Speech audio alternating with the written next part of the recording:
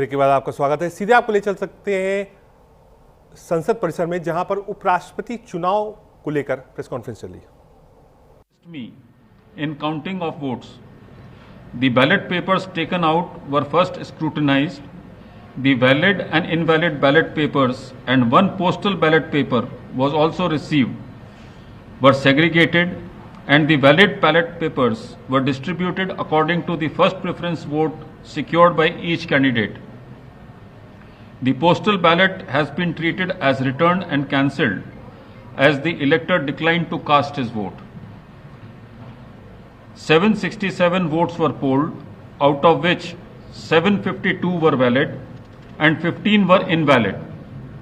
The quota sufficient to get a candidate elected as vice president was determined by dividing the total number of first preference votes secured by both the candidates by 2 and then adding 1 to the quotient. The said quota was 377. As all of you are aware, the value of votes for the presidential election is 1. Shri Bucci Reddy Sudarshan Reddy has secured 300 first preference votes and Shri C.P. Radhakrishnan has secured 452 first preference votes. As the first preference vote secured by Shri C.P. Radhakrishnan was greater than the requisite quota, in pursuance of provisions contained in Section 11 of the Presidential and Vice Presidential Elections Act 1952, 31 of 1952, read with Rule 35 of the Presidential and Vice Presidential Election Rules 1974, I, P.C. Modi, the returning officer for the Vice Presidential Election 2025, hereby declare that Shri C.P. Radhakrishnan, Jal Bhushan Raj Bhavan, Walkeshwar Road, Malabar Hill, Mumbai, has been duly elected to the office of Vice President of India. The result is being sent to the Election Commission of India and the Ministry of Law and Justice as per the extant provisions under Section 12 of the Presidential and Vice Presidential Election Act 1952 and Rule 35 of the Presidential and Vice Presidential Election Rules 1974.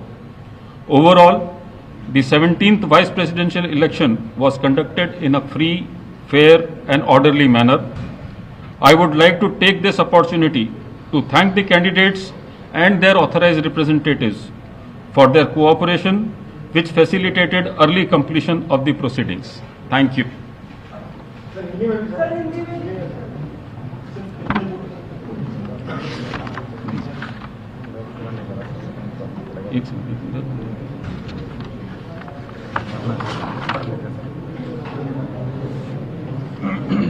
आप चाहते हैं पूरा पढ़ूं या सिर्फ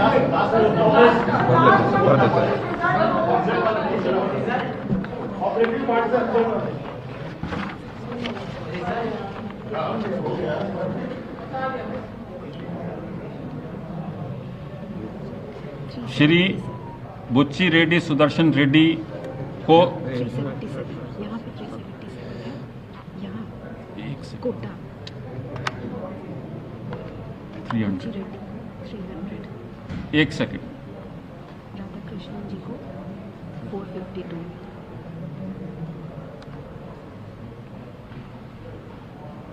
श्री बुच्ची रेड्डी सुदर्शन रेड्डी को 300 प्रथम वरीयता के मत प्राप्त हुए और श्री सीपी राधाकृष्णन को 452 प्रथम वरीयता के मत प्राप्त हुए। चूंकि श्री सीपी राधाकृष्णन को अपेक्षित कोटे से अधिक वरीयता के मत प्राप्त हुए, इसलिए राष्ट्रपतीय और उपराष्ट्रपतीय निर्वाचन नियम 1974 के नियम 35 के साथ पठित राष्ट्रपतीय और उपराष्ट्रपतीय निर्वाचन अधिनियम 1952 की धारा 11 के अंतर्विष्ट उपबंधों के अनुसरण में मैं पीसी मोदी उपराष्ट्रपतीय निर्वाचन 2025 के निर्वाचन अधिकारी एतद द्वारा घोषित करता हूं कि श्री सीपी राधाकृष्णन भारत के उपराष्ट्रपति के पद पर विधिवत निर्वाचित हुए हैं। धन्यवाद।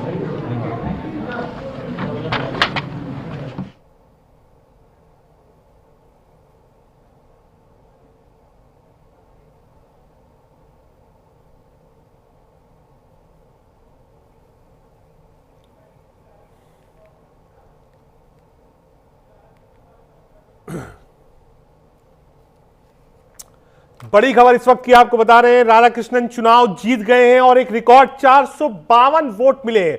जो पूरी प्रक्रिया थी वो कंप्लीट हो गई थी। जो राज्यसभा के सचिव थे मोदी साहब, उनको आप सुन रहे थे, उन्होंने साफ तौर पर बताया कि 767 टोटल वोट्स पोल किए गए थे, जिसमें 752 पोल वोट्स ही वैलिड थे, 15 वोट इनवैलिड माने गए हैं। विक्ट्री के लिए जो औसतन बताया गया था, एक वोट की कीमत, यहां पर एक वोट का औसतन कीमत 1 ही थी और 377 का मैजिक फिगर था जो चाहिए था।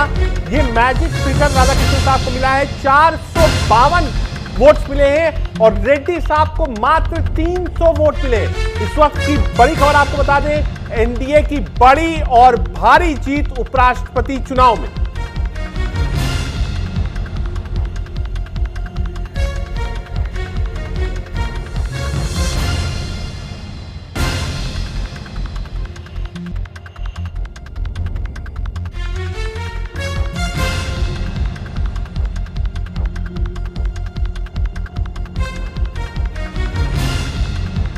कनिका हमसे जुड़ रही है। कनिका, क्या आपको मेरी आवाज मिल रही है?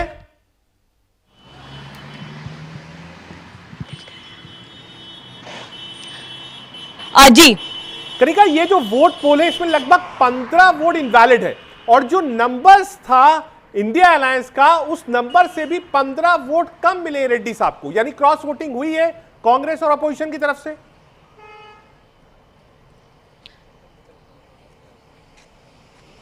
देखिए, बिल्कुल साफ तौर पे एनडीए के पास जिस तरह का बहुमत था उससे भी ज्यादा जो वोट है वो राधाकृष्णन को मिले और उसके अलावा जो सुदर्शन रेड्डी को है 300 वोट मिले, यानी कि इस बार जो है क्रॉस वोटिंग वो महागठबंधन की ओर से की गई। और अब से कुछ देर पहले सुदर्शन रेड्डी जो कि विपक्ष के कैंडिडेट थे, वो अब से कुछ देर पहले मल्लिकार्जुन खड़गे से मुलाकात करने जो है उनके आवास पे भी आए थे।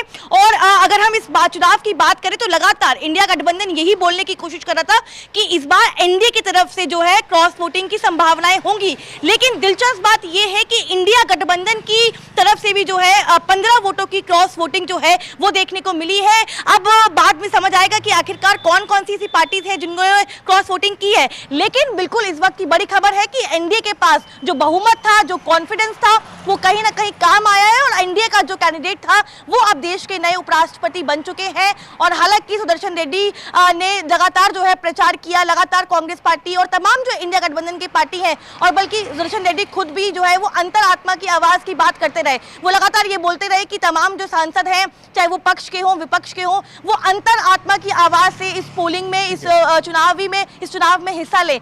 लेकिन अब इस बार जो है चुनाव जो है वो दिलचस्प हुआ, रिजल्ट दिलचस्प हुआ। इंडिया गठबंधन में कई पार्टियां होंगी जिन्होंने क्रॉस वोटिंग की है। अभी देखना होगा कि आखिरकार वो कौन से दल है जिन्होंने साथ आने का वादा किया। एनडीए की हम बहुत आश्वस्त हैं।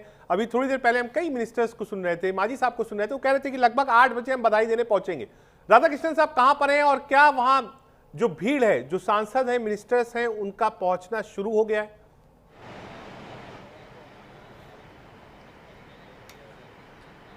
देखिए, बिल्कुल साफ तौर पे एनडीए की ओर से जो है राधाकृष्णन और आज डिनर रखा गया है तमाम सांसदों का। प्रहलाद जोशी के आवास पे जो है ये डिनर रखा गया है, जिसमें अब से कुछ देर बाद जो है कहा जा रहा है कि जो उपराष्ट्रपति हैं नए राधाकृष्णन वो वहां पहुंचेंगे। इसके अलावा तमाम जो एनडीए के सांसद हैं वो वहां पहुंचेंगे और उनको जो है बधाई देंगे।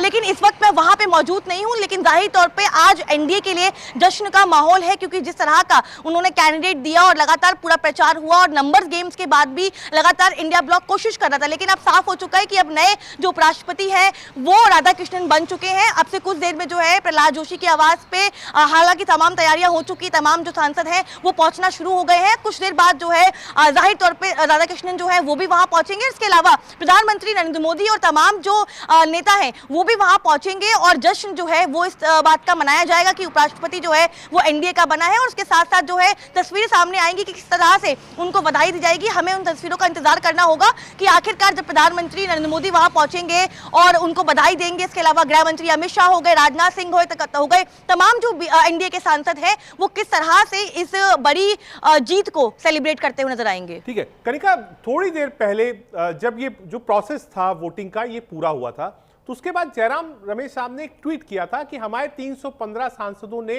वोट किया है, इंटैक्ट थे, कोई दिक्कत नहीं थी, सब प्रेजेंट थे।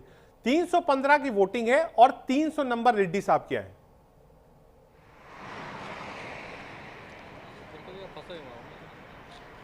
देखिए बिल्कुल साफ तौर पे अब से कुछ देर पहले कांग्रेस पार्टी के जो कम्युनिकेशन इंचार्ज हैं जयराम रमेश और सांसद हैं, उन्होंने एक ट्वीट किया था। उन्होंने कहा था कि 315 इंडिया ब्लॉक की ओर से जो है वोटिंग की गई और 100% वोटिंग जो है वो इंडिया ब्लॉक के नेताओं ने की है। लेकिन जो नतीजे सामने आए उसमें जाहिर तौर पर स्पष्ट हो गया है कि बी सुदर्शन रेड्डी को केवल 300 वोट मिले, यानी कि 15 ऐसे वोट हैं जो कि क्रॉस वोट हुए हैं। अब वो क्रॉस वोट किसने किया?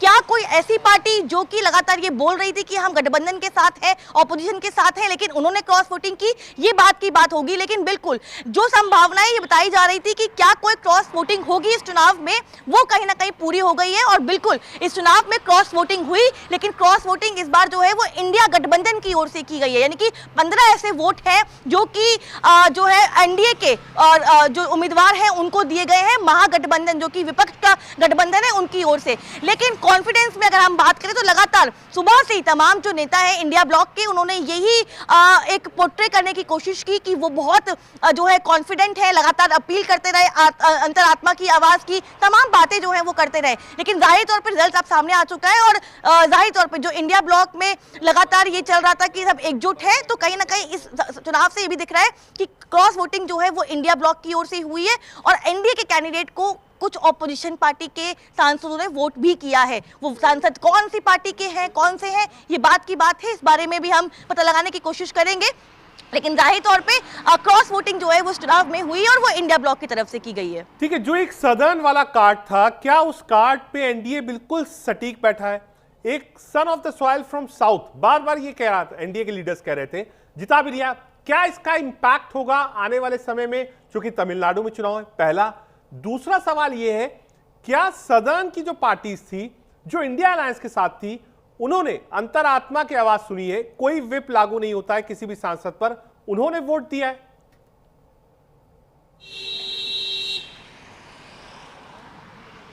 देखिए सबसे इंटरेस्टिंग बात ये है कि जो आपने कहा कि साउथ में क्या इम्पैक्ट होगा, बिल्कुल जाहिर तौर पे सबसे पहले एनडीए ने अपना जो उम्मीदवार है वो साउथ से दिया था, उसके बाद जो है इंडिया ब्लॉक ने अपना उम्मीदवार साउथ से चुना, यानी कि साउथ वर्सेस साउथ की लड़ाई है। जाहिर तौर पे ये चुनाव यहीं पे नहीं है, आने वाले अगले साल में जब चुनाव होगा तो वहां पे भी इसका इम्पैक्ट देखने को मिलेगा।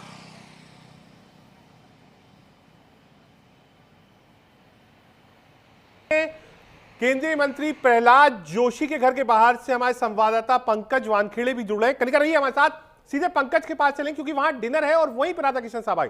पंकज, एक बड़ी जीत है एनडीए के लिए और लगभग 15 वोट्स ऐसे हैं जो क्वेश्चन मार्क में है, क्रॉस वोटिंग या फिर इनवैलिड वोट, सीधा फायदा एनडीए को?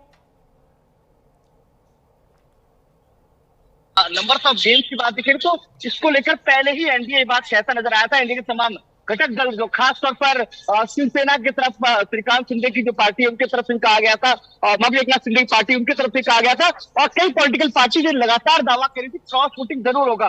देखिए कुछ नाम जरूर नाम निकल कर आ रहे हैं कि जो साउथ से है 3 नंबर जो नंबर से वो 3 जो सांसद उन्होंने क्रॉस वोटिंग की है, और एक स्वाति मालिवाल जिसको लेकर लगातार एक पहले से ही लगभग तय था कि वो क्रॉस वोट करेंगी, तो उन्होंने पार्टी लाइन के खिलाफ जाकर उन्होंने वोट किया है। ये चौथा रहा है और उसके बाद बाकी जो नंबर्स हैं और जो मेंबर्स हैं वो धीरे धीरे आंकड़े आना शुरू हो जाएंगे। लेकिन इसके अलावा सबसे महत्वपूर्ण, रजत जी मैं जहाँ मौजूद हूँ प्रहलाद जोशी के आवास के बाहर मौजूद हूँ, और यहाँ पे अगर आप स्थिति देखेंगे तो लगातार जश्न का माहौल है और तमाम जो सांसद यहाँ पे मिलने आएंगे, बधाई देने आएंगे यहाँ पे, और साउथ का जो नृत्य है वो यहाँ पे दिखाया जा रहा है। इसके अलावा सबसे महत्वपूर्ण ये है कि यहाँ पे सबसे पहले प्रधानमंत्री नरेंद्र मोदी पहुंचेंगे अब से कुछ देर बाद, और जो नवनिर्वाचित उपराष्ट्रपति है सीपी राधाकृष्णन, उनको बधाई दी जाएगी। उसके बाद गृह मंत्री अमित शाह, रक्षा मंत्री राजनाथ सिंह और तमाम जो सांसद और केंद्रीय मंत्री है वो जो पहुंचने का सिलसिला है वो चालू होगा। ठीक है, कब तक एक्सपेक्ट करें, क्योंकि अब रिजल्ट्स आ गया, क्या रिएक्शंस, क्योंकि हम भी इंतजार कर रहे हैं कि जल्दी रिएक्शंस आए, कितनी देर आप माने कि राधाकृष्णन साहब पहुंचेंगे यहाँ पर? देखिए हार्डली अभी नए न्यू महाराष्ट्र सदन पे वो मौजूद है, और बताया जा रहा है कि कुछ ही मिनटों में, मतलब आने वाले 5 से 10 मिनटों पे वो वहां से मूव करेंगे। जब ऑफिशियली उनको बता दिया जाएगा, सबसे पहले वो संसद भवन जाएंगे और वहां से अपना जो सर्टिफिकेट है जीत का वो वहां से रिसीव करने के बाद फिर जो है प्रहलाद जोशी के आवास पर आएंगे, और वहां पे जो सिलसिला है बधाई का वो चालू होगा। और सबसे महत्वपूर्ण आप देखिए जो तमाम जो विजुअल्स अभी जो आ रहे हैं लगातार प्रहलाद जोशी के घर के बाहर से, वो इस बात का है कि जश्न बड़ा होगा, क्योंकि ये बड़ी जीत के तौर पर एनडीए इसको जश्न मनाएगी। और बिहार चुनाव से पहले एक दूसरा जो एनडीए में वो दिखाने की कोशिश की जा रही है। ठीक है पंकज, मैं आ रहा हूं आपके पास, आप नजर बनाइए। एक बार कनिका के पास चलते। कनिका, आपको लगता है कि एक इंट्रोसेप्शन का वक्त है खासतौर से इंडिया अलायंस के लिए, कि जितने नंबर्स थे वो भी इंटैक्ट नहीं रहे ऑपोजिशन के? इस चुनाव का रिजल्ट तो यही कह रहा है।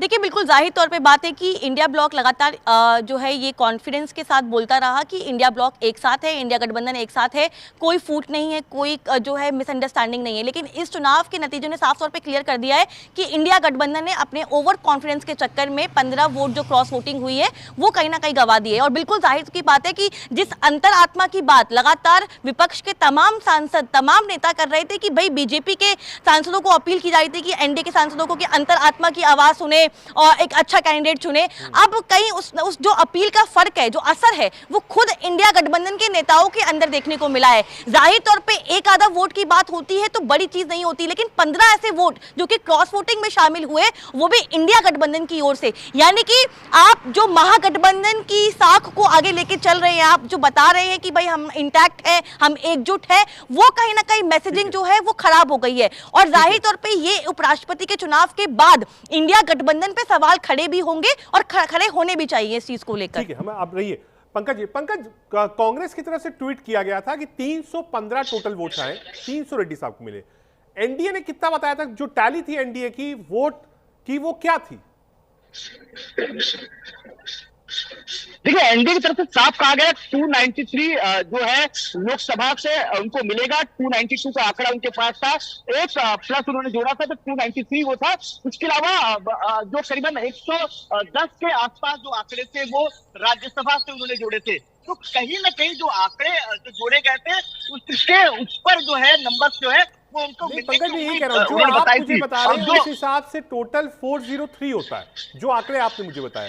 लेकिन अगर आप पोल देखेंगे उसकी जो रिजल्ट आया है वो 52 है, यानी लगभग आप मान के चलिए कि 49 वोट्स एक्स्ट्रा, मतलब लगभग 50 वोट एक्स्ट्रा मिले। कहां से आए 50 वोट? उसमें से कई जो नॉमिनेटेड सांसद है, मेंबर ऑफ पार्लियामेंट है राज्यसभा से, वो उसमें काउंट कीजिए। इसके अलावा जो साउथ की पार्टी है YSRP, उनके तरफ से 11 जो वोट है वो उसमें एड ऑन होंगे। उसके अलावा स्वाति मालीवाल का जो वोट है वो एक है। उसके अलावा अगर आप देखेंगे साउथ में क्रॉस वोटिंग की बात की जा रही है, तो अभी कुछ ही देर में शायद प्रेस कॉन्फ्रेंस आ रहा हूं पंकज, आ रहा हूं। कनिका, मैं यही सवाल, आप देखिए 403 की टैली थी, उन्होंने टैली बढ़ाकर 452 करी, 315 की टैली थी, 300 आई, यानी 15 वोट इनवैलिड। उसके बाद भी लगभग लीड है 48 सांसदों की एनडीए के पास।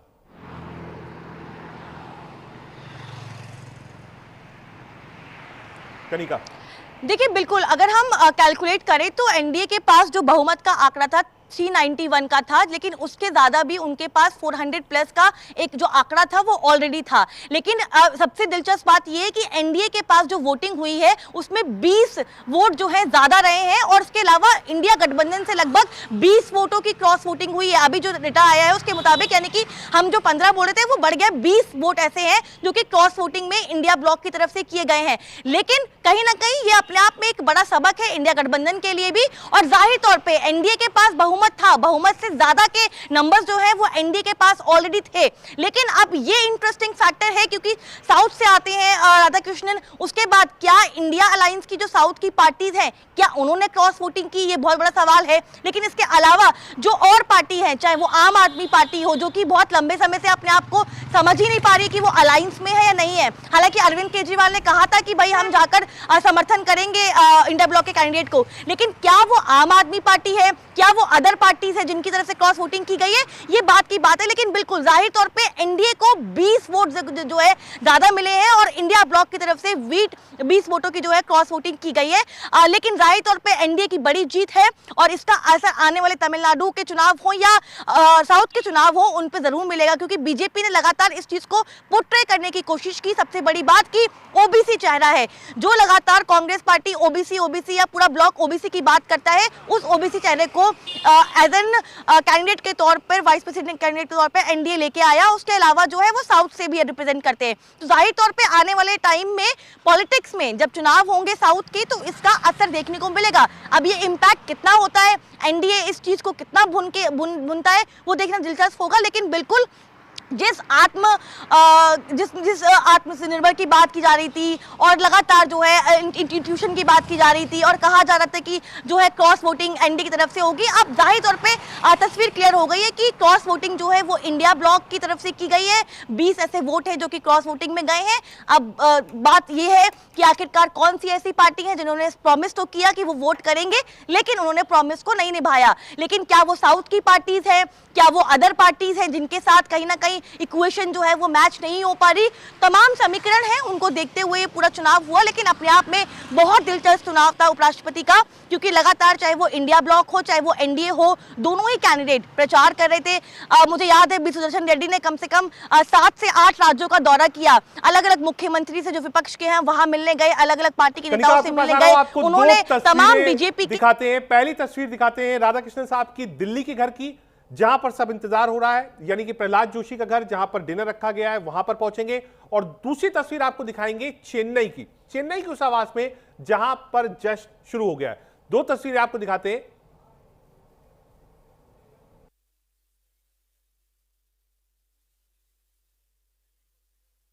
और बिल्कुल जो चेन्नई का रंग है वो आप देख सकते हैं।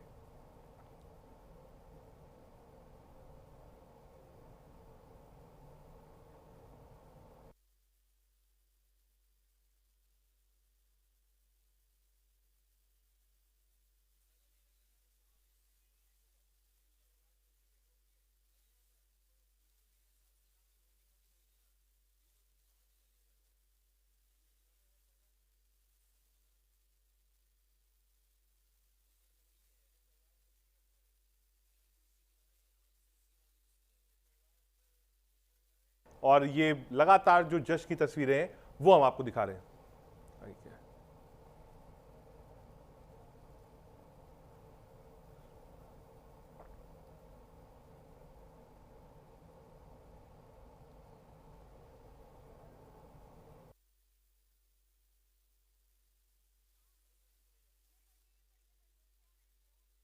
राधाकृष्णन जी, यहां देश के अगले उपराष्ट्रपति राधाकृष्णन साहब होंगे। कौन है सीपी राधाकृष्णन, ये आपको बताते हैं। सीपी राधाकृष्णन एक वरिष्ठ भारतीय राजनेता है, बीजेपी के पुराने और भरोसेमंद चेहरों में से एक रहे हैं।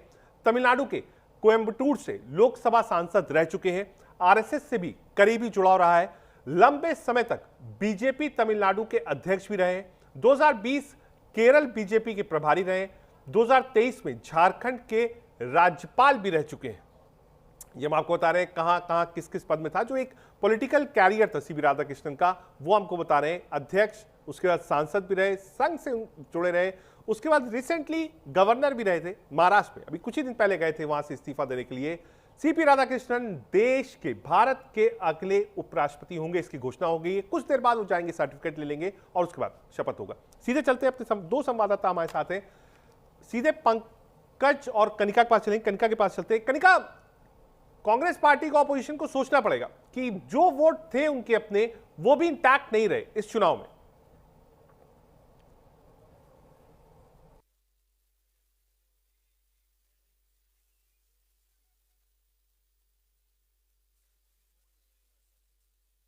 और क्या है?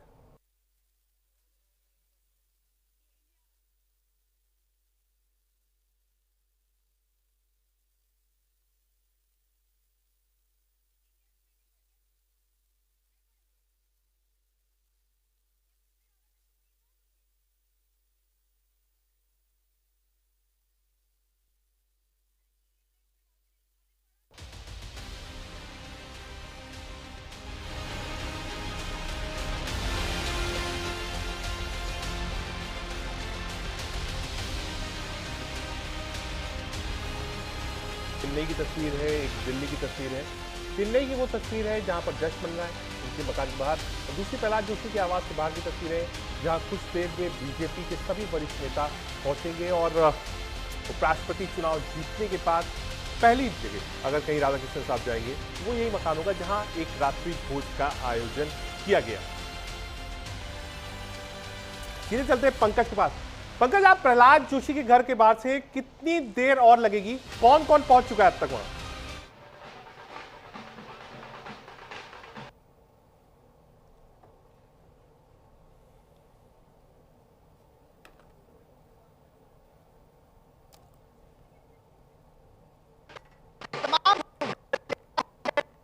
पार्टी के और एनडीए घटक दल के वो तमाम लोग उसके बाद जो नवनिर्वाचित उपराष्ट्रपति पहुंचेंगे यहाँ पे। सबसे पहले जो बताया जा रहा है कि वो सबसे पहले संसद भवन जाएंगे और वहां से जो जीत का सर्टिफिकेट है वो लेने के बाद फिर यहाँ पहुंचेंगे और उसके बाद प्रधानमंत्री नरेंद्र मोदी सबसे पहले यहाँ पहुंचेंगे और बधाई देंगे और उसके बाद गृह मंत्री अमित शाह, रक्षा मंत्री राजनाथ सिंह और तमाम जो घटक दल के वरिष्ठ नेता है, चिराग पासवान हो, जीतन राम हो, वो तमाम लोग यहाँ पहुंचेंगे और देर रात तक जो तमाम सांसदों का जो बधाई का सिलसिला है वो यहाँ पे जारी रहेगा।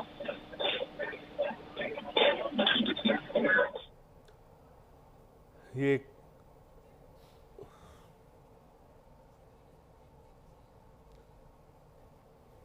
पंकज, क्या आपको मेरी आवाज मिल रही है? मिल रही है। ठीक है, आगे बढ़ते हैं। एनडीए के सीपी राधाकृष्णन बने हैं नए उपराष्ट्रपति। सीपी राधाकृष्णन को मिले 452 वोट। सीपी राधाकृष्णन ने बी सुदर्शन रेड्डी को हराया है। बी सुदर्शन रेड्डी को मिले टोटल 300 वोट। बड़े अंतर से सीपी राधाकृष्णन को जीत मिली है। तस्वीरें भी आपको दिखा रहे थे जस्ट की। एनडीए के उम्मीदवार को उम्मीद से ज्यादा वोट मिले। बीजेपी ने किया क्रॉस वोटिंग का दावा। कौन बनेगा उपराष्ट्रपति, ये हम आपको बता रहे थे। एक छोटा सा कमर्शियल ब्रेक लेना है, कहीं मत जाइएगा, बड़ी खबर पर बने रहेंगे।